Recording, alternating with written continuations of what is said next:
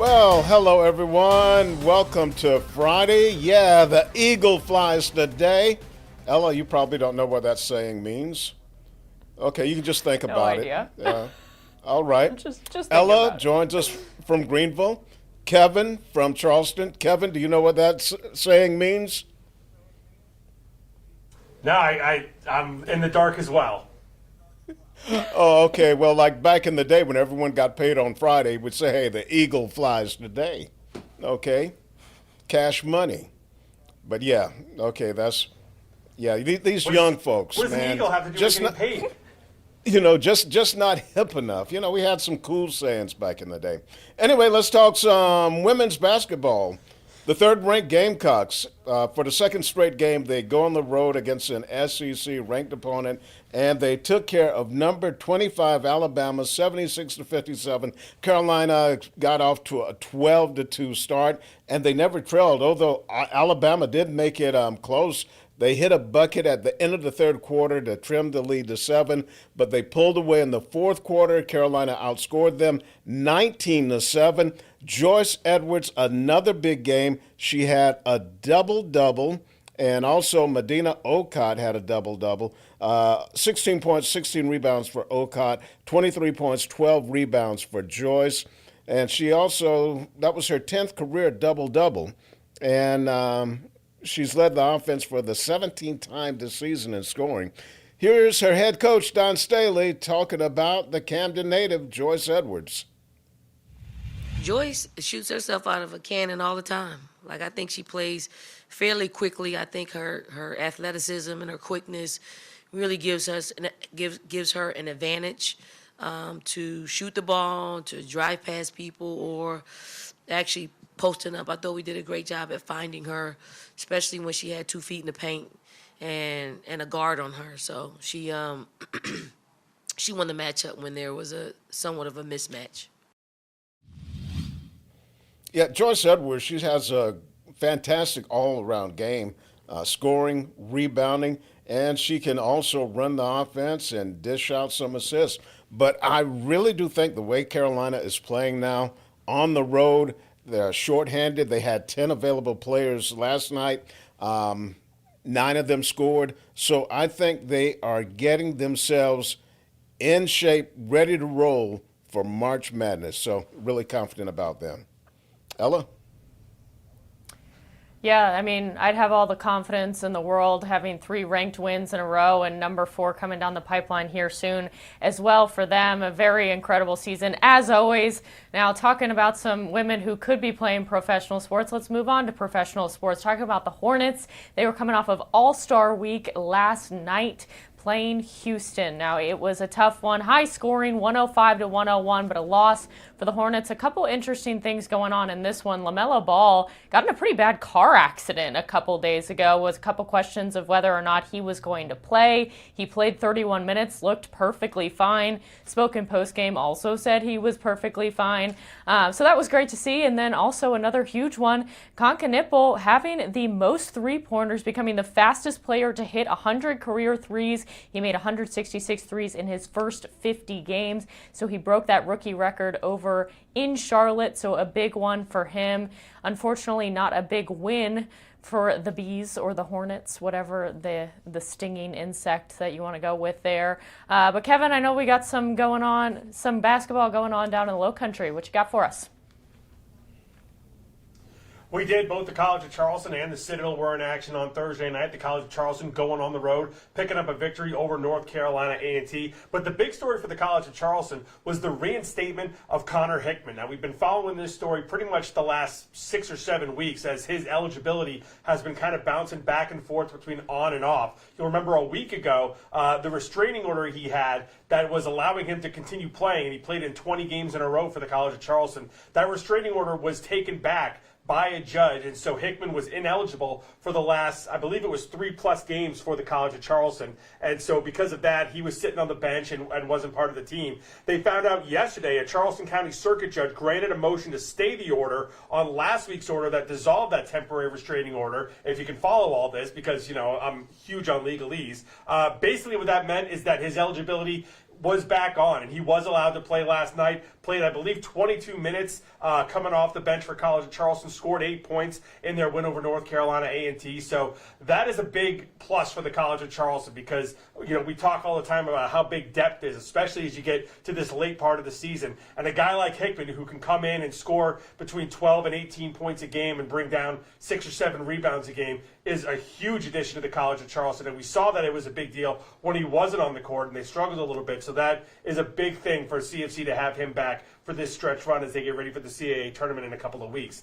Meanwhile, the Citadel was back at home as they took on the other Bulldogs from the SoCon, Sanford, last night. This one, the Cit did a good job of staying close throughout most of the first half. Actually had the lead by 3 at halftime. Sanford would go on a big run early on in the second half. They had the lead up to as many as 18 points. They were actually up by 17 points with just about 2 minutes to go when the Cid started going berserk from three-point range. They actually had the lead all the way down to 2 from that 17-point lead with just about 20 seconds to go, but they could not get over the hump, and the Cid ends up falling at home last night, 78-75 against Sanford. So they still continue to be towards the bottom of the SoCon standings. I also wanted to mention about the College of Charleston. They're a game and a half out of first place in the CAA. They have 3 games left. They're behind UNC Wilmington, who has 4 games left in that conference schedule. And CFC will go to play at UNC Wilmington a week from this Sunday. So still a chance, but really no room for error for the College of Charleston as we get here towards the back end of February and get ready for March Madness starting in just a couple of weeks. We're just getting going here on Palmetto Sports Daily. We're going to have more to talk about right after this.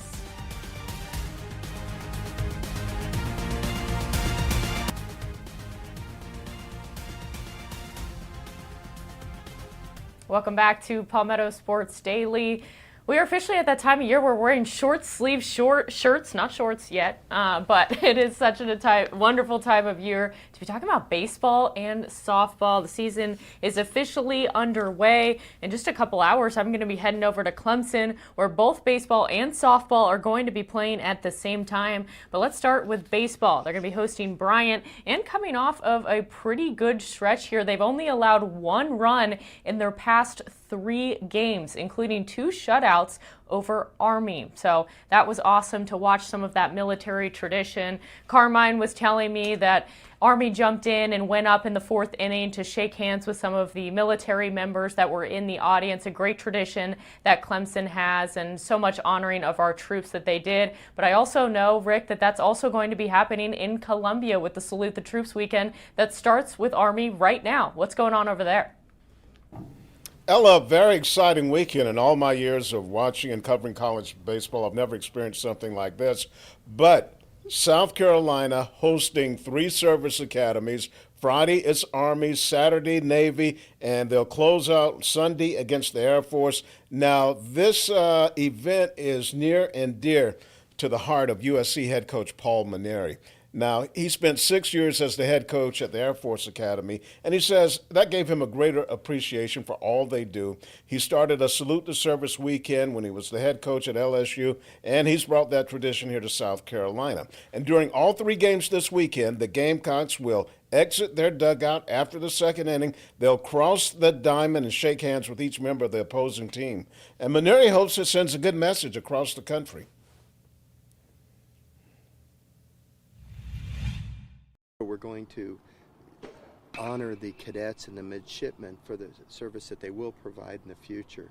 And hopefully it'll send a message to them that they are appreciated by their peers, by the people of South Carolina. Just kind of really showing the respect to them that they deserve this weekend, and it's going to be really fun. Coach puts a huge emphasis on respecting our opponents, and when it comes to the service academies, it takes a tick up.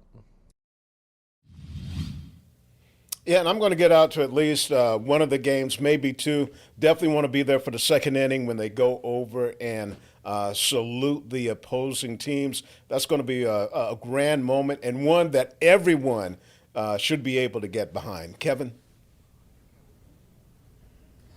Yeah, that's going to be really cool to see, Rick. And we've got a busy weekend here in the Low Country as well with college baseball. All three of our local teams going to be home for a 3-game series this weekend. Starting off with the College of Charleston, the Cougars coming off that huge win on the road Tuesday night where they upset 6th-ranked Coastal Carolina. They're home this weekend taking on South Alabama. The Citadel back at home as well after dropping 2 out of 3 in their opening weekend series against Liberty at the Joe last weekend. They're home this weekend taking on Marshall. Excuse me.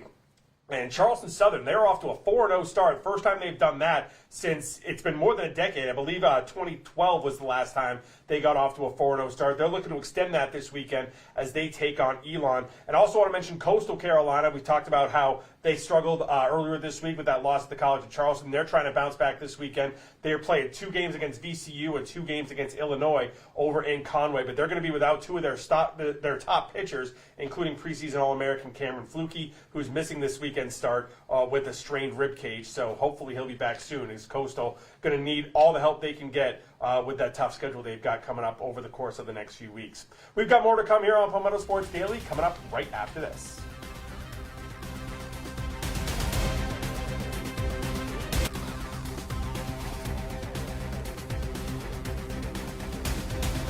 And welcome back to Palmetto Sports Daily. We move to the high school level where things could be very different in the state of South Carolina next year if this bill that got through the House and the state keeps going through and gets to the governor later this spring. But it has gone through, and if it does go all the way through and the governor signs it, it would mean the dissolution of the South Carolina High School League, which would change pretty much everything we have as far as high school sports going forward. And it would be the government, which would be in charge of deciding how the high school leagues are going to be run and deciding eligibility and where the state championships are going to take place. And pretty much everything the high school league does now and takes care of now would be up to the government. So, Rick, we have touched on this before, but it's one step closer to happening now. And I just want to get your opinion on this first off.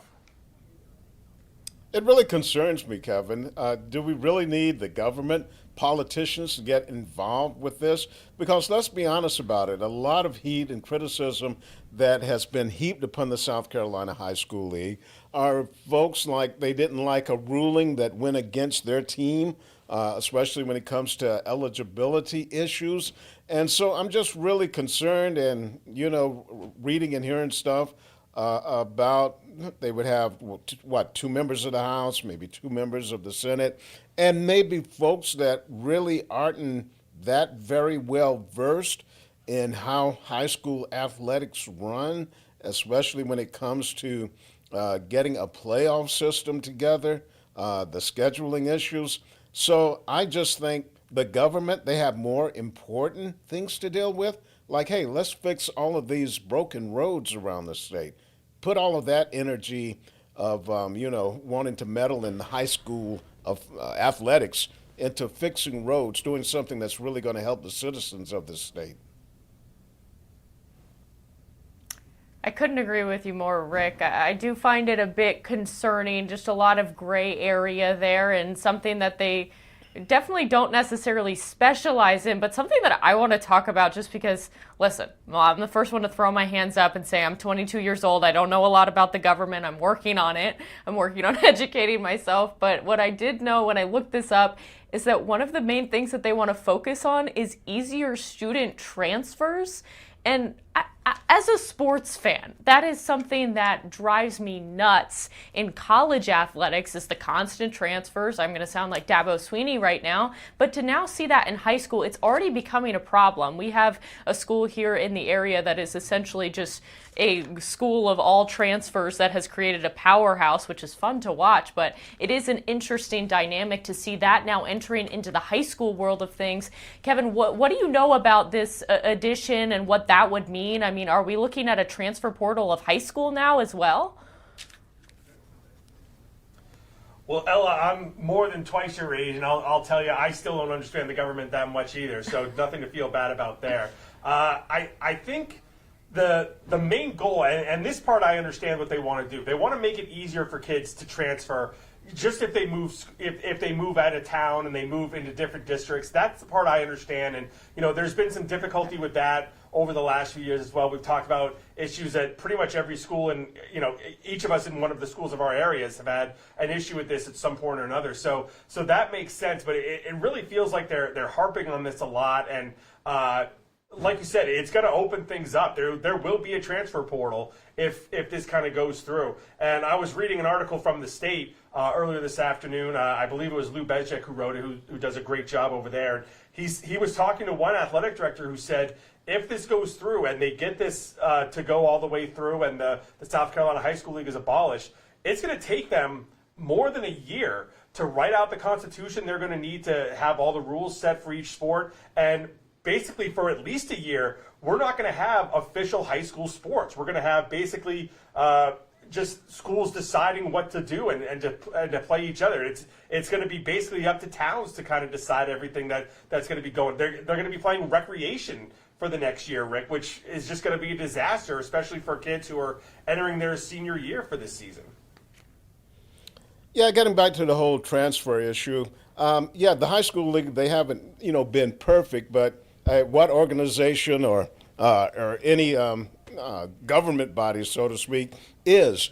So they wanted to make that process easier and also set some specific dates, because there's always confusion like, okay, somebody transfers in the middle of the season. Are they eligible? When can they first start to suit up and play and practice? And so they kind of cleared that up. But again, everything I read and I hear, Kevin, it really just scares me on where we're going to be headed with high school athletics. So again, I'm saying, please, I hope this doesn't go through. And yes, the high school league, they're working to improve, like maybe some of the things that they do, or there are some outdated methods. So yeah, let's bring everything into the 21st century as much as possible, and just let them handle it and work it out. And if people want to make suggestions, please. But the government, no, we don't need it.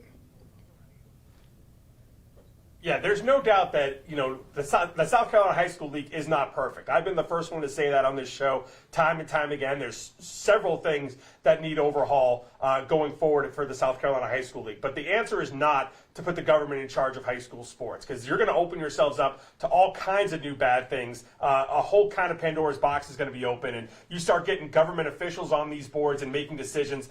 The main thing they're going to be worried about is not what's best for the state as a whole. They're going to be worried about their constituents and what they have to do to get their constituents happy so that they get the vote next time they're up for re-election. So that's going to cause a whole new set of problems. If you've got someone from Charleston trying to make a decision about what's, a school from Charleston County, let's say, Ashley Ridge, they're obviously not in Charleston County, but in our area here. If a school like Ashley Ridge has something on the line, a representative from Charleston is going to fight for Ashley Ridge, even if they shouldn't, because they know that, when the time comes for them to get the vote, they need the people voting in Ashley Ridge to vote for them. So this opens up all kinds of issues going forward, and it needs to not happen. It just needs to stay with the South Carolina High School League going forward, and hopefully that's how it stays in the near future. We're going to be right back to wrap up this edition of Palmetto Sports Daily right after this. Oh, Rick, I'm sorry. Rick had one more thing to say. Hey, I'm behind you, and like all that infighting you'll see, because we even see it in districts, separate districts.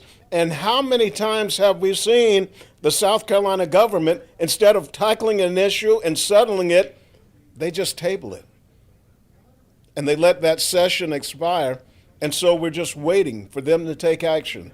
And that's not good. Not good at all. Okay, we're going to take a timeout. We're going to be right back and wrap up this week of Palmetto Sports Daily.